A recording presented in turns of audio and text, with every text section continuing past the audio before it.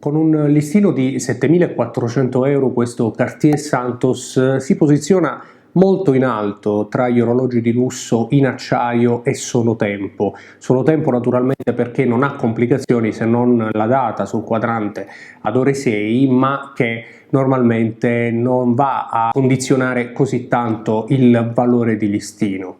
Eppure è un orologio assolutamente iconico e che probabilmente si fa pagare il nome prima ancora che i contenuti. Succede a tantissimi orologi, soprattutto nell'orologeria di lusso, quantomeno quella più industriale, se così vogliamo dire, ma comunque si parla pur sempre di lusso. E questo Cartier Santos naturalmente non è da meno, ma ne parliamo tra pochi secondi dopo la sigla. Iniziamo.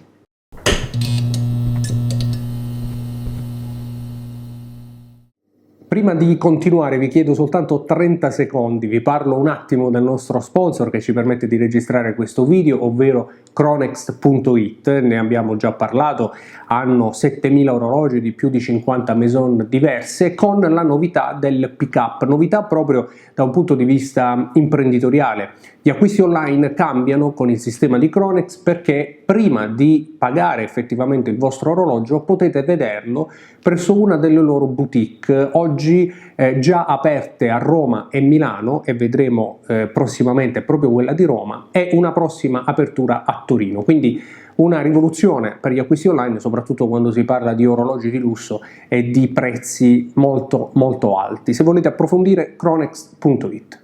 Tornando al nostro Cartier Santos, come dicevamo, un listino importante per quello che è un semplice orologio in acciaio. Ma possiamo davvero definire semplice il Cartier Santos? Probabilmente no, ne abbiamo già parlato approfonditamente, sapete che sono un amante della Maison, sono un amante di Cartier, ne ho parlato più volte in diversi video, abbiamo già parlato della storia del Santos, abbiamo parlato della storia del Tank, abbiamo paragonato Cartier vintage a Cartier moderni al quarzo per esempio, ma oggi dobbiamo necessariamente parlare di nuovo di Santos perché ha certamente una storia molto cara agli appassionati, e ritengo a ragione, e per questo motivo probabilmente merita di sicuro un posto in collezione.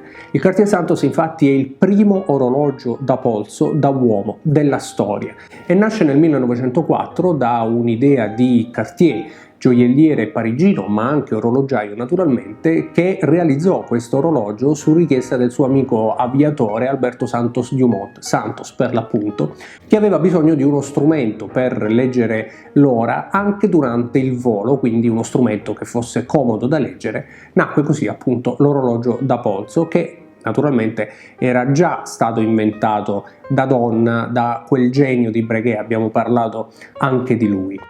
Storia insomma iconica all'interno del mondo dell'orologeria per questo Santos, ma vale la pena spendere 7.400 euro per un Santos moderno? Beh, potremmo paragonarlo per esempio ad altri orologi di lusso in acciaio solo tempo. Mi viene in mente dal più classico Submariner di Rolex fino ad esempio al Seamaster di Omega. Omega che però a catalogo, nonostante gli aumenti di listino, ha anche dei cronografi, anzi i cronografi, gli Moonwatch, gli Speedmaster Professional, che hanno un prezzo di listino simile a questo Cartier Santos. 7.700 euro per l'Omega Speedmaster Professional contro appunto i 7.400 euro di questo Cartier Santos. Orologio che in ogni caso porta con sé tutta la storia dell'orologeria, non che l'Omega Speedmaster Professional non abbia una storia, anzi abbiamo parlato tantissimo anche di lui, è uno di quei casi in cui si compra la storia dell'orologio e non soltanto l'oggetto in sé. Un orologio, il Santos, che in tutte le sue declinazioni per me merita sicuramente un posto in collezione. Se il listino di 7.400 euro per un orologio nuovo, moderno, con calibro di manifattura, con una cassa di poco meno di 40 mm, sebbene sia quadrata e con bracciale integrato, quindi al polso risulta ben più grande, come potete vedere, uno spessore di soli 9 mm, comunque ritenete sia troppo caro, allora è possibile per esempio orientarsi su dei Santos Vintage che con poco meno di 3.000 euro oggi è possibile acquistare. È vero, hanno un movimento a quarzo, ma è anche vero, dobbiamo dirlo, che Cartier ci ha abituati molto spesso ai movimenti a quarzo, dai tank per esempio più moderni fino ai Santos Vintage, per esempio il Galbé di cui abbiamo già parlato e che rappresenta secondo me una perfetta alternativa al Santos moderno anche per le dimensioni, perché per chi ha un polso come il mio per esempio di poco più di 16 cm risulta sicuramente molto più proporzionato ed equilibrato. Questo Santos in particolare è indubbiamente bellissimo, ha un quadrante blu soleil ipnotico con una lavorazione molto particolare, un bracciale perfettamente rifinito, integrato con chiusura scomparsa,